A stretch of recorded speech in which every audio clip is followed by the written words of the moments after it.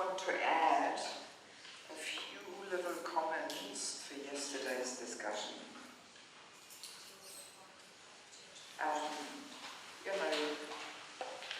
We were discussing at length how women are the auspicious source of energy.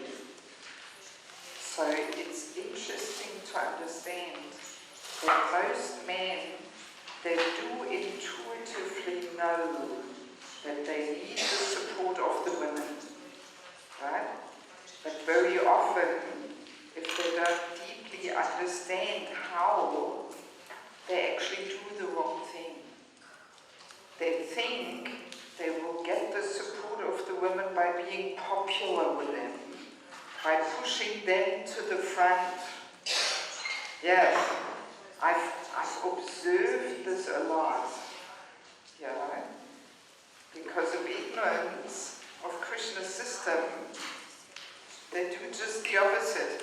They push the women to the front and think that this will give them the support. Yes, and they don't realize they're almost sawing off the branch they're sitting on, you know? Yes.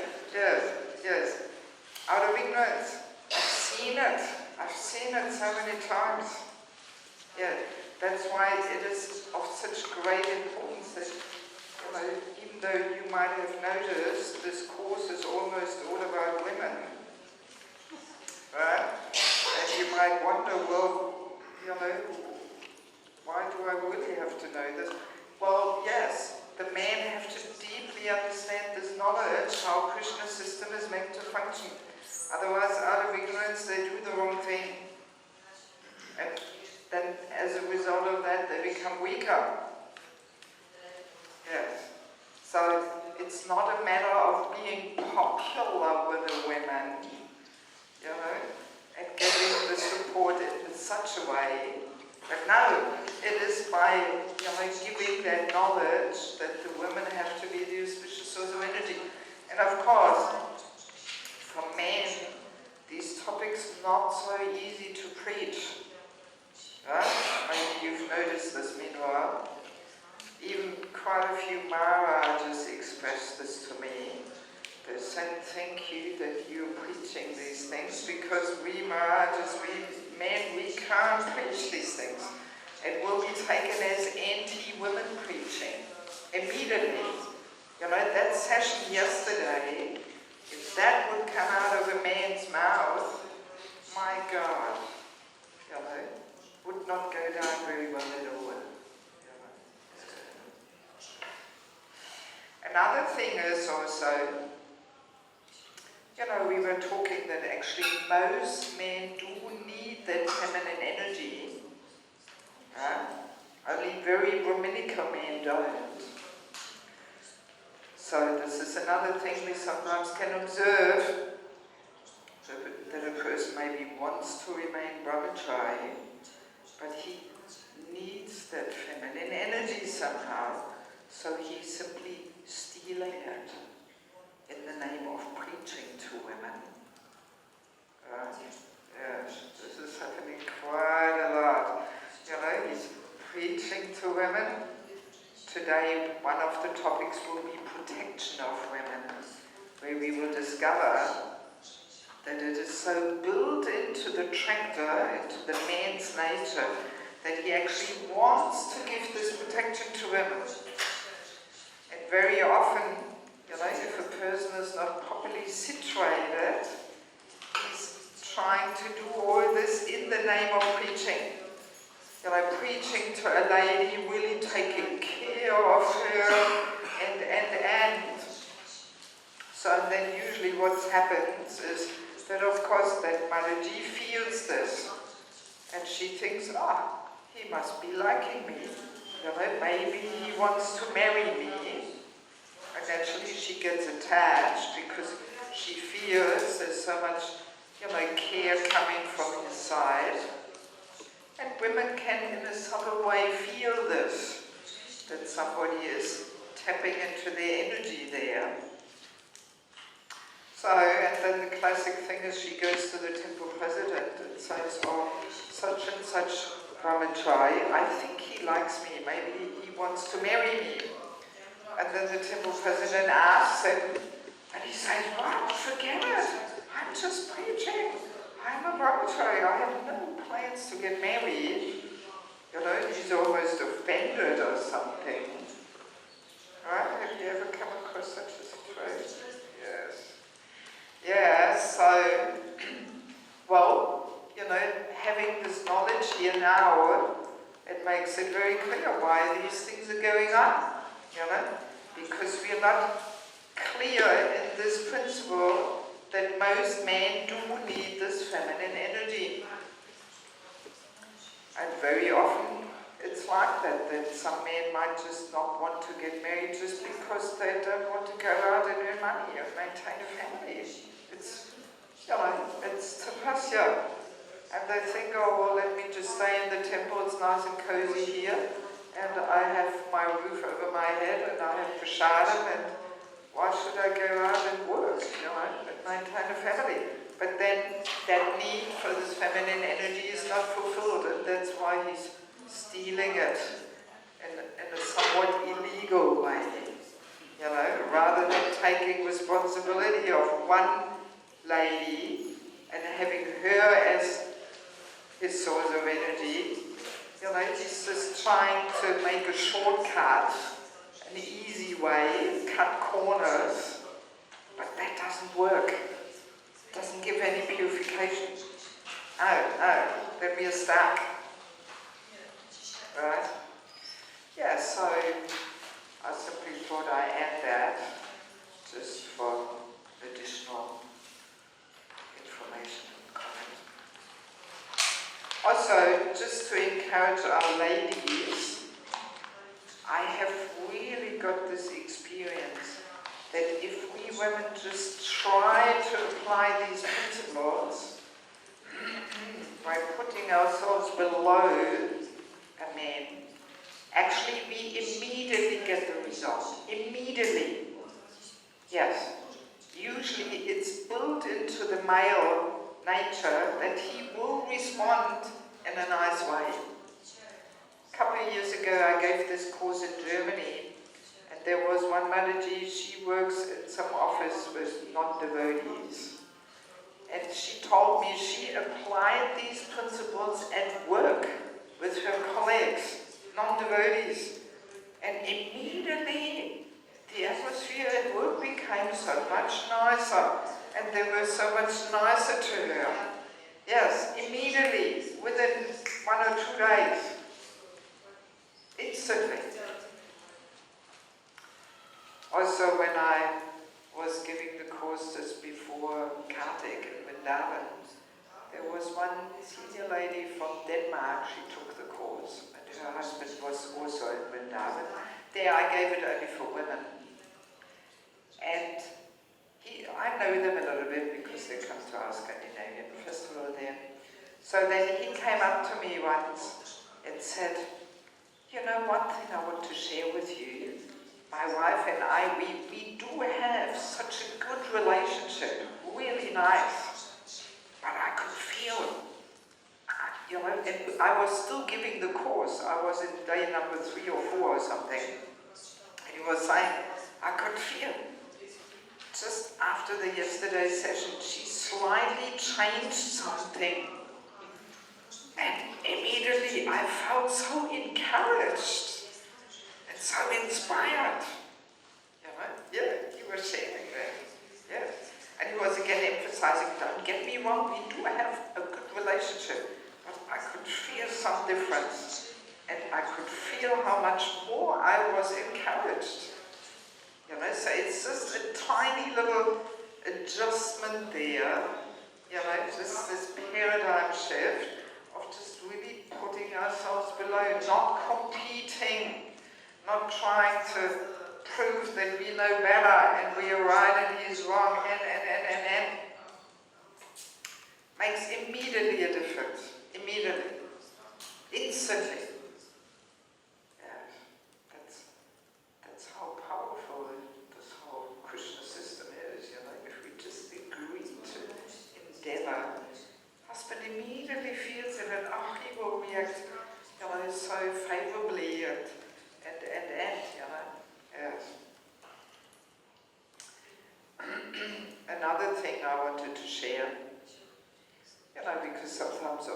after the course, people come with their private issues and so on for advice. So once that was also in Vrindavan actually, there was a young Indian-bodied girl doing the course. She was from South India. And she just had got married. And she told me, yes, already, we've only been married for 6 months, and already some difficulties are there. So she was telling me, I asked her, so what's the problem? And then she was saying, well, I ask every evening my husband, have you finished your rounds? And I said to her, well, and does he like it? You know, how does he react to it? And she said, now he gets all angry and irritable. You know, huh? Then why do you keep asking? Even after taking the whole course, you know? So sometimes it's so difficult for us women to actually put it into practice. She took the whole course, you know? And I said to her, well, of course he doesn't like it, because by you asking, you putting yourself in a superior position, you're checking up on them, you're treating him like a little kid, or have you tended you around? Of course a man is not going to like it. And she said, yeah, and I'm also asking him, oh, did you read Prabhupada's books today? You know? Yes, yeah. Yes, amazing, yeah, this is in India, you know. Yes, yeah. That's how difficult it can be to really be conscious. You know, we are just so unconscious. So damn unconscious, and we don't even realize. Well, sometimes women come to me and they say, oh, I'm so worried about my husband's spiritual life. Already worrying about him. Again, a woman puts herself in a superior position. You know, and the husband feels it. Even if she doesn't say anything to him, just worrying, oh, you know, is he really making advancement and more, he's never coming to the morning program, or whatever her worries may be. Same thing. It's a subtle thing. It can be so subtle, but as soon as a wife worries about her husband's spiritual practice, that's going to block him. He's going to feel it, you know, and he will just not want to practice Krishna consciousness. Just because of that, because she's worried about it. And she might think it is a sign of care or affection or something. But no, she puts herself above it, and male nature doesn't like it. Isn't it also the responsibility of the manhood to speak up and say, hey, I don't like that? Well, see, sometimes that's the point. If men don't have that knowledge, you know, they might just tolerate it, and they don't want to be harsh or something. You know, or they don't even understand themselves why they don't like it. They don't understand. They're just as unconscious, you know, as the wife is, you know. Yes. And even if he says that the wife thinks he's playing defense or something, you know, like. What? Even if he says that the wife probably thinks he's playing defense. He's playing Defense. Like he's being defensive. Yeah. And in that stage, you know, she's not going to take it properly anyway. Yeah, well, it's just a question of education. You know, we have to be educated. We have to know how is the male nature, how is the female nature, how is the whole thing meant to fit together. And if we don't know, guaranteed, we're always going to do the wrong thing. And we wonder, oh, why is our relationship not very nice? Why am I getting the second time divorced? You know? Yes. Yes. Yes. So how should the wife feel if she has genuine concern about something without putting herself in a superior position? Well, first of all, she should be thinking, how can I become a better wife? How can I be an auspicious source of energy? How can I be the the inspiring force. But again, women often misunderstand, just by, let's go to the temple. Already if the wife makes that suggestion, especially if there is some ego in it. The ego is so subtle. So if the wife wants to slightly show, look how fired up I am, let's go to the temple, husband immediately will be reluctant. He will not want to go. Well, you know that? You've had that experience maybe, some of you? Yes. So, I usually tell the women, it's not your role to worry about your husband's will tomorrow. He knows, the way a woman, influences the husband is through her service. That's the whole thing. Let's remember Radharani, not telling Krishna what to do and what not to do. No, a woman can conquer the husband's heart through her service.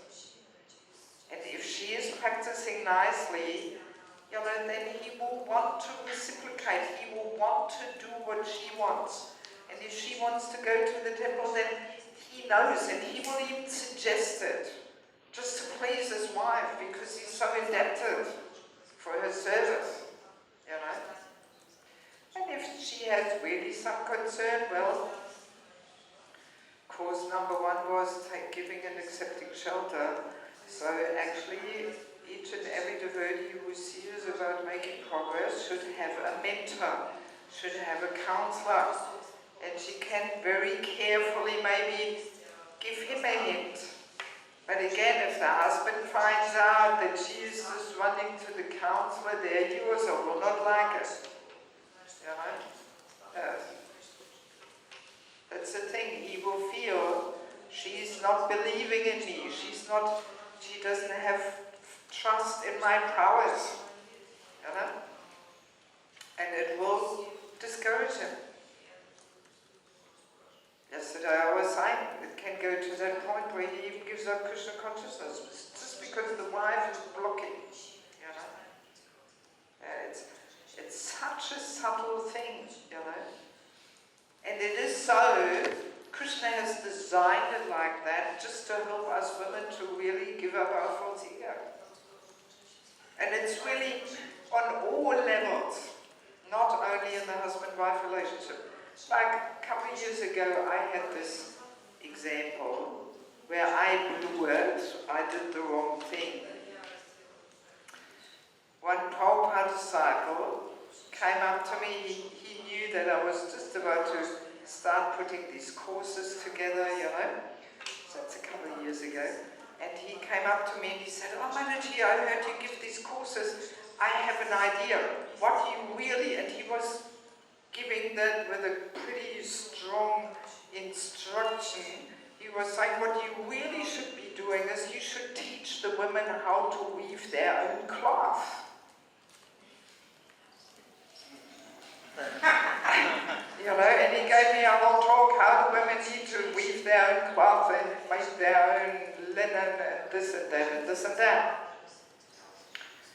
And, I did the wrong thing. Immediately my ego came and I wanted to prove him that this is not a good idea, that it's better to give these courses.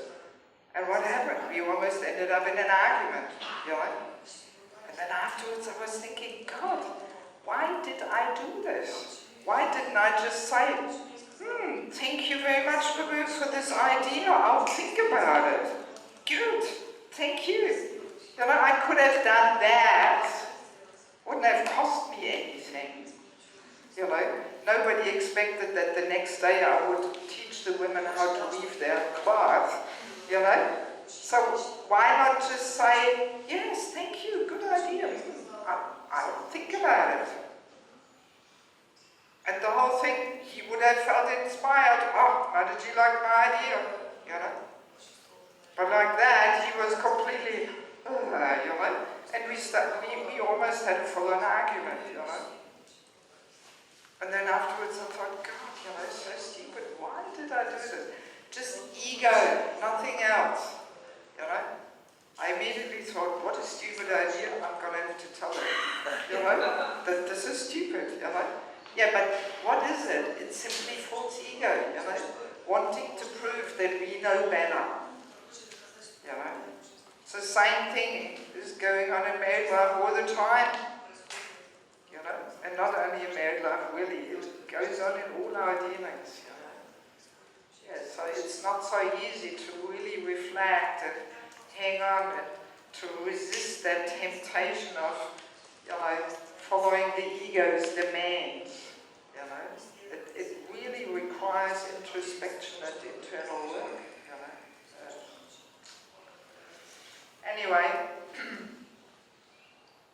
I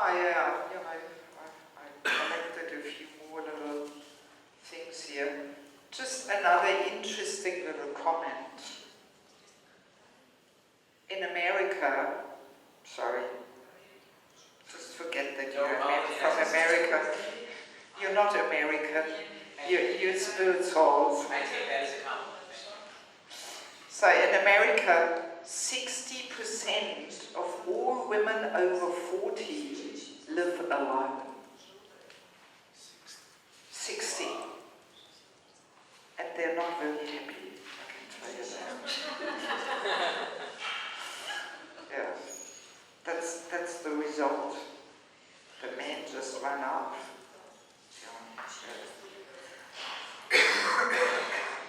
Yes. They come to Ukraine and look for a wife there, as we said yesterday. Or, actually, yes, Anna, I wanted to ask you to also make a list if anybody wants some articles or links, because somebody the other day sent me a link which was done from the male point of view, how this feminism destroys family life, and how men are getting more and more afraid to get married. Whole little YouTube, 8 minutes or something. If you like, we'll make a list. I also have some articles which I can send you. You put your email address on it, and I will send you all kinds of stuff, Yes.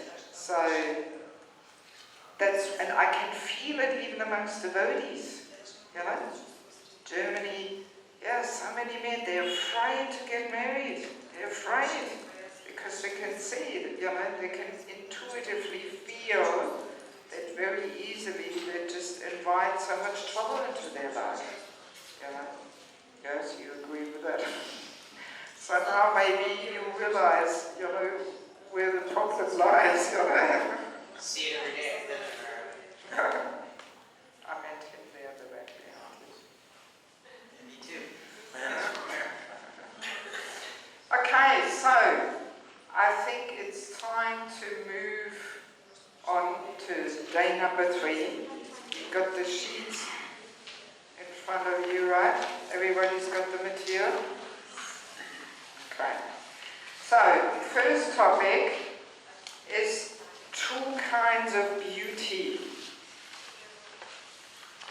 Naturally, once we understand how materialistic culture, spiritual culture are so opposite, it's very clear there must be 2 different kinds of beauty.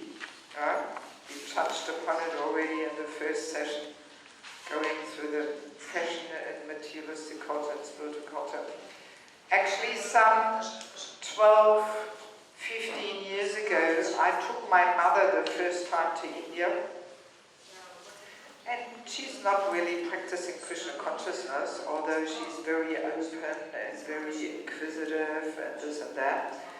And her first realization when she came to India was, in India the women have a different kind of beauty. That was her first realization. And she said, here in India you don't, mind you, this is 15 years ago. She was saying, in India, you don't see this provocative beauty like in Germany. But here, the Indian women, they have a different kind of beauty. I thought that was pretty remarkable for a non-devotee to immediately see. I mean, that was the first day she arrived in India, you know. So, let us quickly collect material beauty. Actually, when we went through the fashion and the mode of passion, ignorance, goodness, we didn't so much elaborate about the fashion and the mode of passion. We only globally said, yes, you know, revealing the body. Let's be clear, materialistic beauty is really, you know, tight. It is really showing off the lines of the body, you know, tight jeans, tight leggings there, you know, open on the sides, low cut, see-through, and the heavily materialistic world, you know, mini skirts or shorts or whatever, you know, really, the more, as Kuntiya Prabhu was saying, you know, he was calculating how many square kilometers, was it kilometers or meters? Square meters of skin, female skin are available in this world, you know. So, you know, I always make this joke, in materialistic beauty, the less cloth is used for a dress, the more expensive it is. You know? You would think it should be the other way round, but no, the less cloth, the more expensive. Actually, we can say the success of a woman in material life, its culture, is measured in how many men she can bewilder. Yes, that's success of a woman in materialistic life. Because as we said, material life means sense gratification is the goal, sex life is the topmost enjoyment. So it has to be like that, right? It's the natural conclusion that this is how success of a woman is measured. How many men she can, you know, turn their head, you know, for her. Once I was on the plane flying somewhere, and I had a look at the newspaper, what's going on in the world, and it was Marilyn Monroe's appearance day. You girls know who Marilyn Monroe is? No. It's before your time. She was an actor. When did she live? Around Second World War or something? 50s, 60s. And she was really, yes, Miss Universe there, you know, Miss World or whatever. And really, you know, low cut. Oh, she was like the role model for materialistic women to follow, you know, in standards of beauty and so on, you know. So Marilyn Monroe's appearance day, and in the newspaper was all these homages to Marilyn Monroe, glorifying her, Yasa Puja homages. So I had a quick look, I thought, all right, let's see what they're writing about her. So one man was glorifying her, saying she was the most lusty woman in the world. And he thought that was her glory. The most lusty woman in the world. Yes, I couldn't believe it, you know. This is how day and night the two cultures are, you know. What is topmost success in materialistic culture is really, it's spiritual culture, you know. It's really 180 degrees different. Still, she wasn't happy. Yes, and then on top of it, she was not very happy. You ladies better hear that. She was not very happy at all, you know, even though she was so famous for her beauty. She committed suicide, did she? Okay, there you go. I'm not even. You know, She didn't even get to old age. It wasn't that she committed suicide because being not beautiful. I mean, she committed suicide. Yeah, she was even still more young. 30 years old still. Well, she 30? Yeah, 30s maybe. Oh, really? See, that's how ignorant I am. I didn't even know.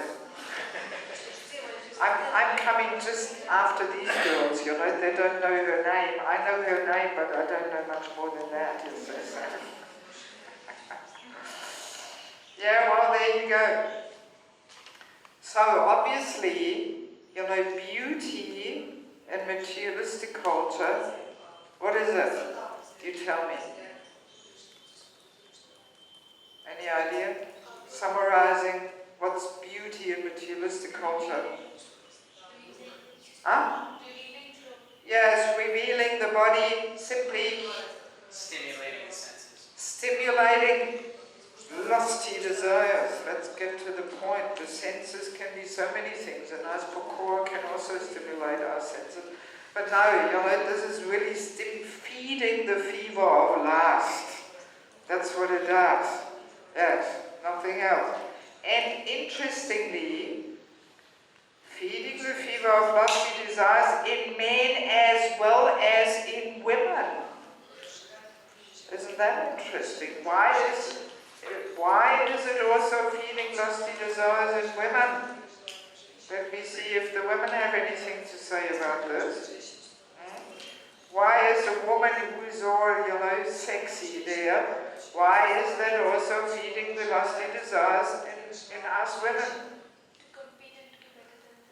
Exactly. Immediately there's this competition coming in. Oh, she's looking like this, maybe I should also, and maybe I can even be better. Yes. Yes, sometimes women have said to me, I'm actually not dressing up for men, I'm dressing up for women. Yes, to show off, and some subtle competition there. Yes. We often don't even realize it. Yes, actually in Amrita Bani, which is a very nice book by Bhaktisiddhanta Saraswati Thakur, he says the following: wearing opulent clothing, however, is more harmful to others than eating palatable foodstuffs. He's comparing here dressing up with eating. When we dress attractively, draw others' eyes to ourselves. The purpose of gorgeous dress is to distract people's minds and eyes from Lord Hari's worship. Wow. Heavy. Huh? Yes. We are actually competing with Srimati Radharani here. Trying to bring attention to ourselves rather than to the divine couple. Yes, that's what subconsciously is going on there. That's why we are dressing up like anything, just so people look at us. Which of course doesn't mean that women should not make themselves beautiful for the husband or something, definitely.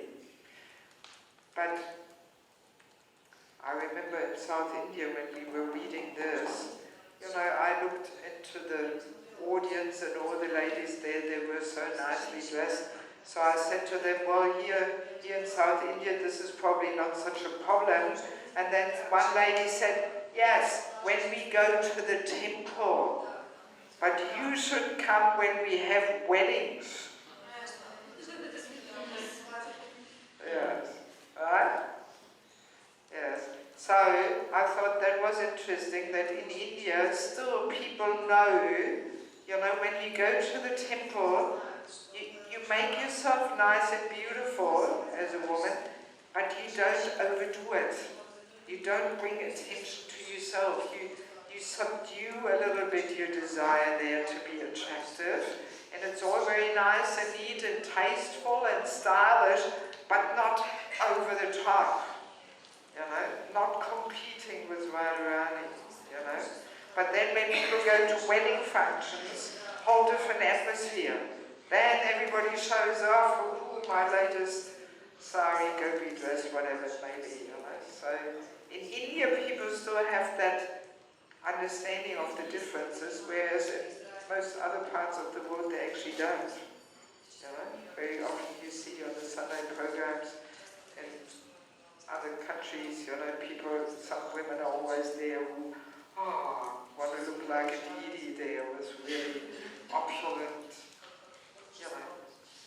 dress, and they come like that to the temple, to the Sunday feast. Just lack of understanding and culture. So obviously, this material beauty leads to contamination and degradation, feeding fever of lust, bewildering the minds of the men as well as the women. So, no need for this.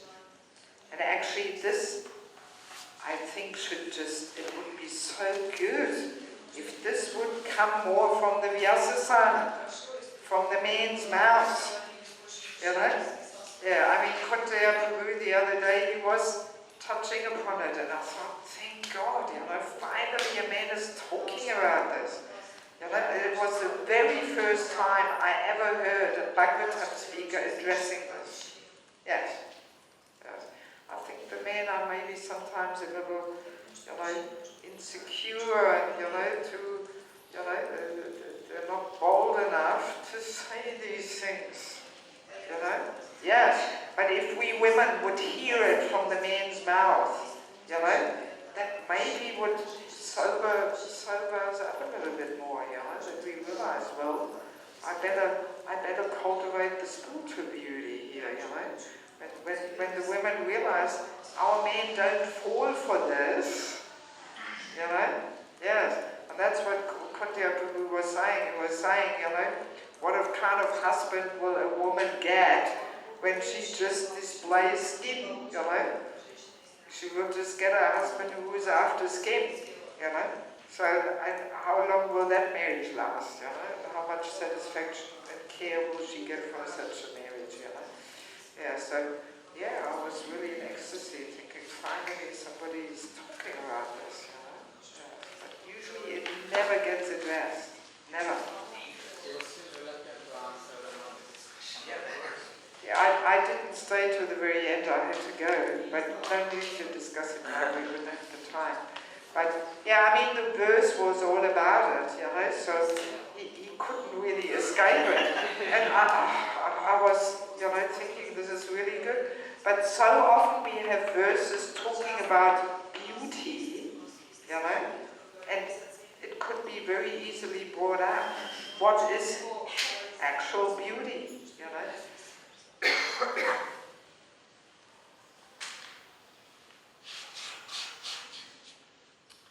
So, let's move on to the spiritual beauty. So, what is spiritual beauty based on? Just principles. What is it based on? What's spiritual beauty coming from? To lessen the sense gratification or the need for sense gratification. Yeah, well, that's a byproduct. But where is spiritual beauty coming from? What is it based on? Connection with Krishna. Yes. What else? Service. Service. Yeah, so it's an internal beauty, The other beauty is very external. This beauty is an internal beauty, and it is based on purity. Actually, it is based on the purity of the soul. You see, because the soul, by nature, is actually attractive. Krishna is all attractive, and we have also the same quality in minute quantity. So as a person becomes more Krishna conscious, the natural beauty of the soul shines through. That's what spiritual beauty is. That's what true beauty.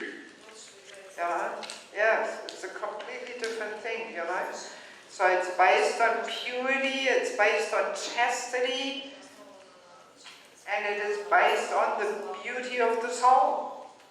Yes, that's what shines through. And that kind of beauty is very cooling to the mind and senses, very uplifting, satisfying this desire for beauty on a higher level. And at the same time it reduces the fever of lusty desires. It's a completely different quality of beauty. Completely different. Yes. not heating, but very cooling and uplifting. Yes. So, we have a couple of nice purports here. 10:13:51. All living entities are serving Krishna in different ways, but when they are Krishna conscious, their service is fully manifest. As a flower in the bud gradually fructifies and yields its desired aroma and beauty, so when a living entity comes to the platform of Krishna consciousness, the beauty of his real form comes into full blossom. That is the ultimate beauty and the ultimate fulfillment of desire. Very nicely described. I think the 13th chapter is still Prabhupada. It really sounds like Prabhupada, doesn't it? So 64th verse. 10:13:64. Oh, there you go. Thank you. See, I thought it sounds like Prabhupada, Yes, it does. Very nicely he describes the living entity with a flower, and as a living entity comes into Krishna consciousness, gradually, the full aroma, full beauty develops based on the platform of Krishna consciousness. His relationship with Krishna fully manifests and fully blossoms type thing. And that's the ultimate beauty and the ultimate fulfillment of desire. Wow, this is really profound, Yes. So then we have another one, 10:20:13. This is not Prabhupada anymore, but I have the feeling that this might be quoted from Chaitanya Charitamrita or something. Sometimes the commentators did that. They took some quotes from somewhere else because it also really sounds like Prabhupada, Well, actually, Gopi Prada told me that they used the Krishna book.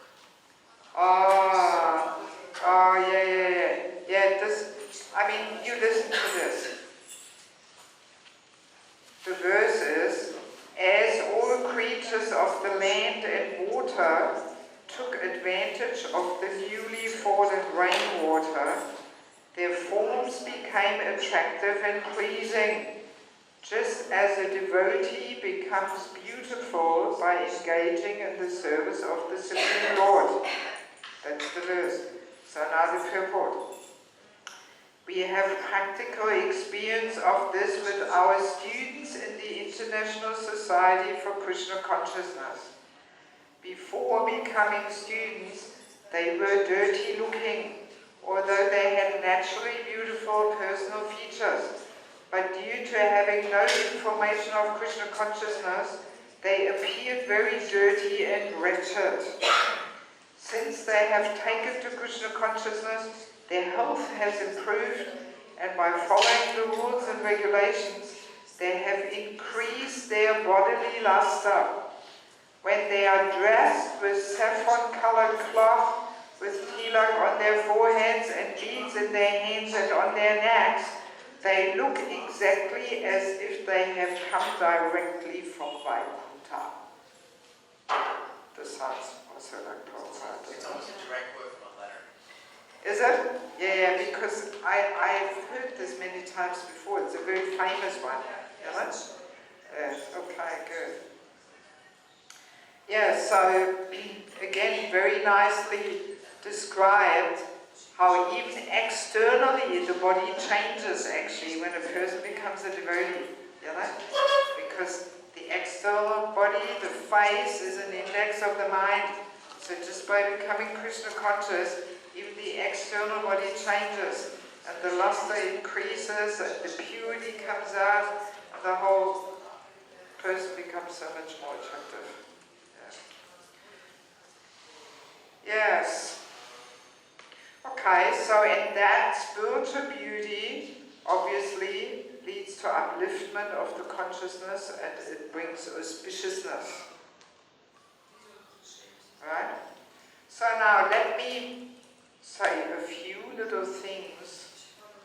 about sari being really the most elegant way to cover the body, if we wear it properly. I think this should also be emphasized so much more by the men. You know? Yes, because there's a special thing about sari. Yes, because it is Krishna's fashion. I mean, interestingly enough, even in India in schools, the teachers have to wear sari. Right? You girls know this. Yes, they have to. At least up to this day. It's probably just a question of time until this will be abolished as old-fashioned and, you know, behind times or something. Also, one Prabhu in South India told me that if a man sees a woman in sari, it really promotes that mood of seeing a woman as mother. And as soon as she wears anything else, yeah, that vision of mother is not so much there anymore. Even Punjabi or gopi skirt or long skirt or whatever. So sari has really something very special on it. And I mean, apart from that, it's just so super practical because it fits everyone. Doesn't matter whether you put on 10 kilos or you lose 10 kilos or you're pregnant or whatever. Sari fits everybody, you know, very practical. You can give it away, borrow it, this, that. You don't have to buy a new wardrobe all the time. And Krishna is just giving a perfect frame where a woman can still express her individual taste. You know? There's so many designs, colors, qualities, this, that, so many things. But if we stay in this framework of sari, then this desire to be beautiful gradually becomes purified. And it's interesting to observe that usually what pushes us to step outside of this frame is again nothing else but the false ego. We want to somehow look different, you know? But if we can just stick to this frame of sari, I mean, similar with the dhoti too, that really reduces gross and subtle bodily concept. You know, the desire of wanting to be different and recognized and standing out and is being gradually purified just by sticking to this sari. Yes, like when I joined 30 years ago, there was even no gopi skirts available. You couldn't get them. Loy Bazaar, Ganga Prasad didn't have any gopi skirts. There was only sari, nothing else. So all these things came in later, you know, just to introduce new fashions and, you know. So now, oh yeah, a few little things we can also here, like the importance of covering the head. There is a deeper significance there. Of course, the main and well, we can say the more gross one is to simply cover the hair, because we said hair is very attractive to men.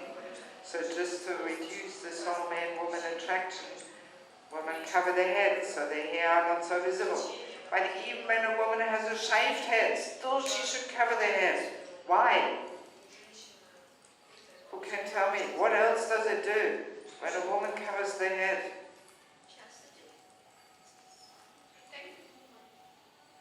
Yeah. Cools down the mind. It does. And what else? Yeah, chastity, maybe it's in there, but more precisely, what does it do? Yeah, that anyway, reduces bodily concept, but what else is it helping to cultivate? Yes. Exactly. It helps to cultivate submission. Yes. It helps to cultivate humility. Yes, because every woman, naturally wants to show off her hair and this and that, or even if there's no hair, there's something about it, but if you cover the head, it cultivates humility and submissiveness. It makes a huge difference. Such a little detail. It's very subtle, but it's there. It's there. Definitely. You ladies, if you want to test it, you make an experiment. For 2 weeks, you cover your head. Yes. And then you will feel the difference. After 2 weeks, you should be able to perceive the difference between covering the head and not covering the head. What? Just covering your head. Cover the head? What? The reason It cultivates humility, submissiveness, to be humble and submissive. Yes, there is a slight subtle pride there when a woman doesn't cover her head. Very easily that slight pride comes in. Yes, it's very subtle, but it's there. If we are a little perceptive, we can perceive it. Yes. And so when a woman covers their head, she agrees, to become more humble and submissive. Yes. Yes. And as I mentioned in the very first lesson, interestingly enough, practically in all spiritual cultures we find that women cover their heads. Yes. Yes. Everywhere we find it. So now one thing is, there is another reason why a woman should cover her head. And actually not only women, but men too. And this is a little more difficult to guess, that's why I'm telling you. Okay, you know? Not to be brazen in front of God. What? Not to be brazen in front of God, to show a bare head in front of God. Okay. That's the Jewish reason. That's what? That's the Jewish reason. Not to be Not to be brazen in front of God. brazen. Like bold. Yeah, just like showing off your head in front of God.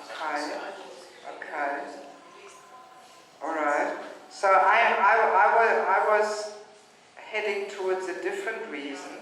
What did you want to say? submissive towards God. Yeah, alright. Submissive towards God, towards the husband. It's For both, for men as well. from men also. Submissive towards Krishna. Because he's the top of the hierarchy. Yeah, for me not so easy to understand. Why also for men?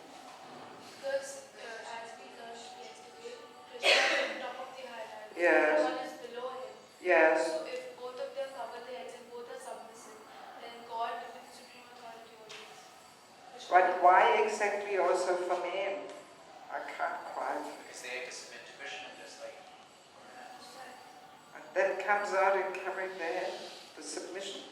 For women I deeply understand and realize, but why for men I can't quite. Are the men also, do they also have some certain pride there or something and showing off their hair or something? Definitely changes. Manually proud. Huh? Definitely changes the mood and cover the head. Is it? Even for men too? Yes. Really? I didn't know that. See, I'm always learning something here. Yeah, I didn't realize. Really? I thought this is only for us women. I'm sorry. Just see how ignorant I am. Yes? Also in the Jewish culture, they say it's a sense of shame that, to have a bare head not covered with a cloth in front of God is a shamelessness. It's a type of shamelessness. And that's why, in Jewish culture, strict Jewish culture, every man has to wear it. Well, that's interesting because I was going back to my childhood, and I grew up in the village in Germany, in 50 years ago, all the women had their head covered, and the men too. They had a whole selection of hats. You know, they had to work in the field, they had to go to the church on Sundays, they had for this, they had for that, right? It was a common thing, and actually in most spiritual cultures you find that the men also cover their head. You know, Nanda Maharaj always has a turban on, you know. Yes, yes, the Christians there in the church also, or the Jewish people, they have this little kepi thing there on, you know, yes, the Sikhs, Muslims, you know, yeah, but I never really understood that for men this also makes a subtle difference. Yeah, I didn't understand that. Well, so yes, thank you for sharing that. Another reason is because the head is like an antenna actually, where toxins go off and subtle energies, bad energies go in. Yes. Like at night, whole body detoxifies, and mainly the toxins come out through the scalp. That's why the hair is always oily and dirty, you know, and the pillow gets smelly, you know, after a few nights or something, because there's a lot of stuff coming out of the head at night. And in the same way, negative energies are caught and you know, taken in mainly through the head. And if we cover our head, we do protect us, at least to some degree, from this. Yes. To increase the focus as well. Increases the focus. Just saying. Yeah, good.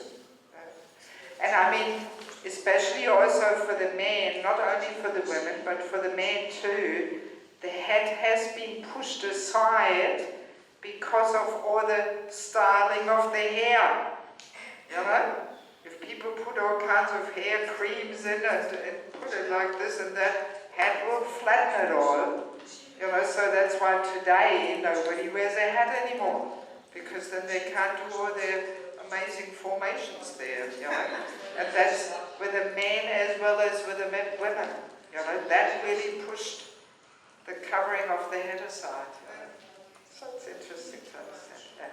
I also heard that you hold all your virtue and prowess in your hair. So for ladies to cover it, it holds it in.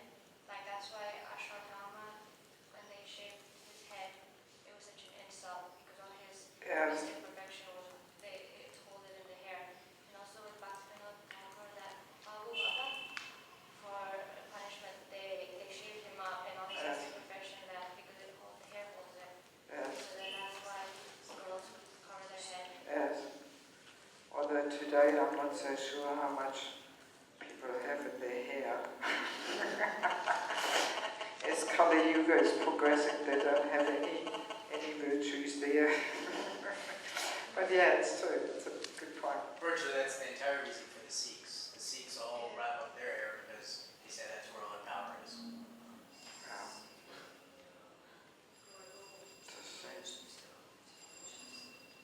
Yeah, so interesting to It's stated in Garuda Purana that the Sikh eye shouldn't be loose. When it's loose, a man loses his energy. Okay. Yes. Yeah, I've heard that too. Yes. Yes. This is Good. what? Yes. Just seeing all these subtleties, you know, in these modern days of technology, we become so unaware of all the subtleties and subtle energies and all this, you know. We become so dull towards these things. Okay. One quick thing. This most transcendental fashion of a sari can of course also be turned into the fashion in the mode of passion, right? Very easily. Kunteya Prabhu was also hinting at that, how we sometimes wear the sari, you know, that it is not so uplifting and covering the body nicely, but very revealing, you know, wearing the sari really, really low, or this low blouse piece, or the back all open, and. So now one thing I want to explain, especially to the ladies, some psychology, what's going on in the man's mind when he sees, you know, women walking around revealing their bodies. For that we have to understand the principle of sense gratification. Sense gratification, any sense gratification, is based on the principle that there is an intense hankering for a certain satisfaction which never comes.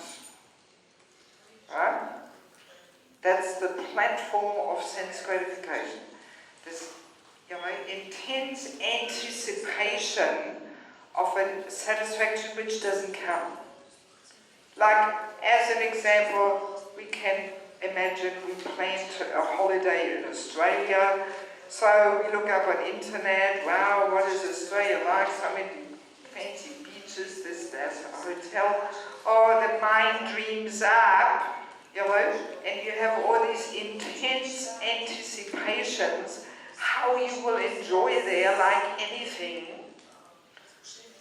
And that's the whole principle of sense gratification. It's all happening in the mind. So, but then when you go there to Australia, it's all completely different. You know, and you actually never get that enjoyment which you are so intensely anticipating. That's the basis of sense gratification. This intense dreaming up in the mind.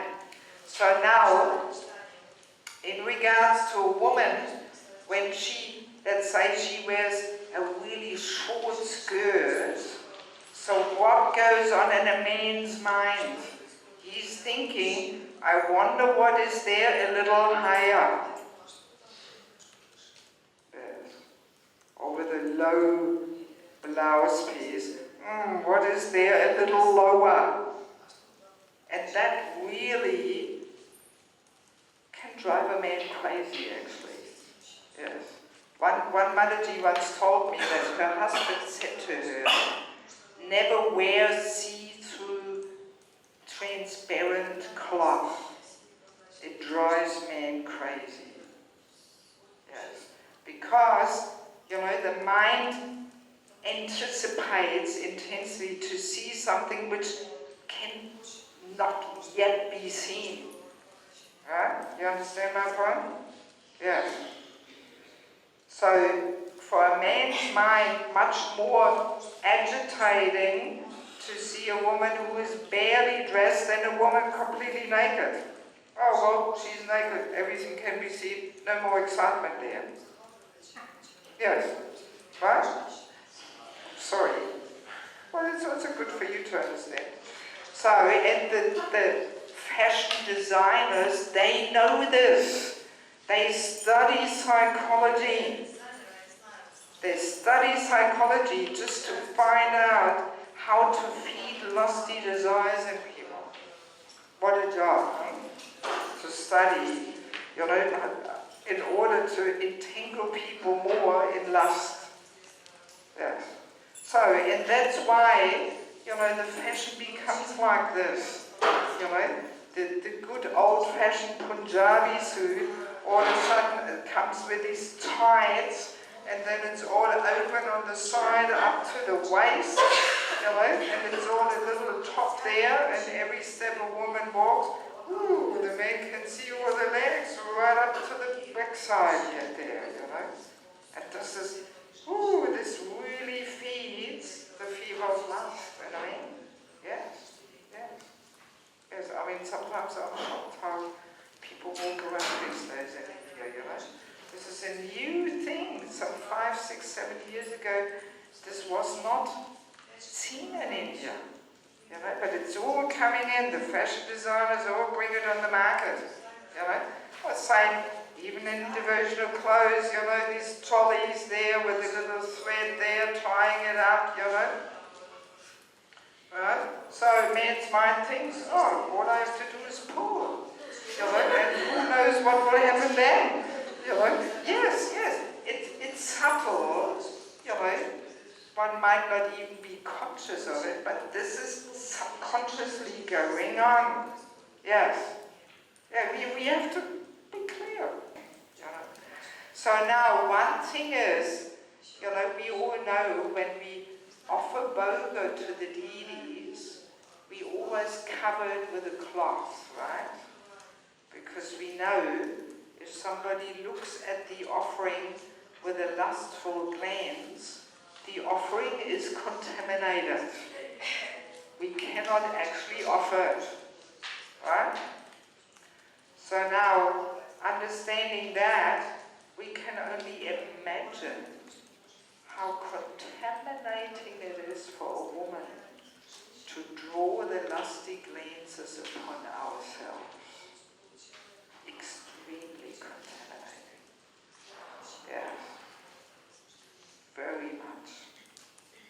No wonder, women who are after this materialistic beauty, that so often they're so disturbed and so frustrated and depressed and has to be like this. When you attract, when you walk down the street with high-heeled shoes and mini skirt and all your legs out and this and that, you're attracting all these lusty glances. That has an effect. Definitely. Completely contaminates the mind and disturbs the mind of that person. Yeah. So it's good to be clear about these things, because that whole propaganda is so strong. The whole current of materialism is sitting in so much. And we have to make a conscious choice here. What do we want in our life? Do we want to go along with that? Or do we want to develop a different kind of beauty, which is based on purity? And if we cultivate that kind of beauty in our life, we are just so much more peaceful and in harmony. But this other kind of beauty, if we attract all these lusty glances, it will disturb the mind, and ultimately leads to disease also. That's why we often say, that we should not eat in the presence of non-devotees. Because have you ever heard the saying? Yeah? Yeah, somebody heard? One should not eat in the presence of non-devotees who are not eating. Like when you travel on the train and you have all these non-devotees around you, you should not actually unpack your prasadam there, because if they lust over your prasadam, that lusty glance will be there in the prasadam. Yes. And by eating it, it can affect you. Yes. Still, if a dog pees on it, would you eat it? It's not different from Krishna, Yes.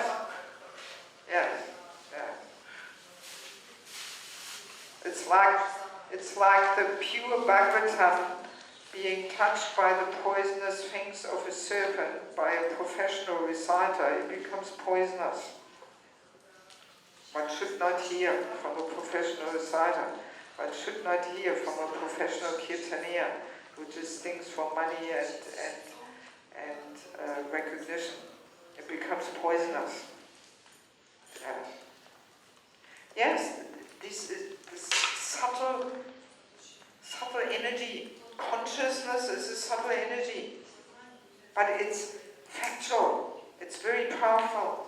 So if somebody looks at something with lusty glances, that energy is in that thing where he looks at. Yes. Just the other day, somebody told me about some experiment they made somewhere. Don't know where. somewhere, and then, you know, all the people around, they were simply thinking, I'm gonna kill you, I hate you. That person was freaking out. Yes, because the thoughts, it's consciousness emanating from every pore of the skin. Yes, we've discussed it in the Holy Name Retreat, the power of consciousness. Yes. So just by somebody having these really nasty thoughts, the person can feel it like anything. They could only tolerate it for 10 minutes or something, and then they were just... yeah, so obviously, you know, as I said, we are not so aware of these subtleties. You know? So, let's get back to the point. You know, the woman who is attracting lusty glances upon herself, there will be some reactions there. You know, she will feel it. She will be disturbed. And. So, better not to choose that path. Yes? I just wanted to add that also, but through pictures, energy can go through, even healing energy. Yes. And nowadays, with all the media going on, that's a problem. I think it's big.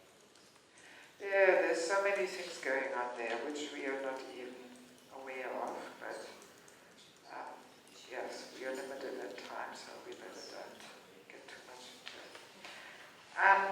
Do we want a little break now? Yes? 10 minutes? Not longer than that? To 4 to 5? Oh yes. In the break, please take a second article. Just by the way, who had the chance to read the first article? Few people, not everybody. You were not here yesterday, huh? Do we still have first articles? Well, what we can do is, those who didn't get the first article, please take the first article and take the second article too. And maybe I'll give you another day for tomorrow. We all try to read the first article. And then within 5 minutes we discuss it. You simply share what you find very interesting and thought-provoking. And then with the second article we do it on Friday. So for tomorrow we read Men and Women More Confused Than Ever. That's the first one. And the second one is The Hand That Rocks the Cradle Rules the World. You will get that. Also, we have some feedback forms there. Please, everybody take a feedback form and fill it in and give it back to me at the latest on Friday when we have the last session. Also, there's other things lying there. There's these brochures about our Institute for Spiritual Culture. So you're welcome to take some if you want to take them home to your home country and give a few to friends. There's on the back, there's a website on it. You find some recordings there, information, so many things. Okay, so 10-minute break.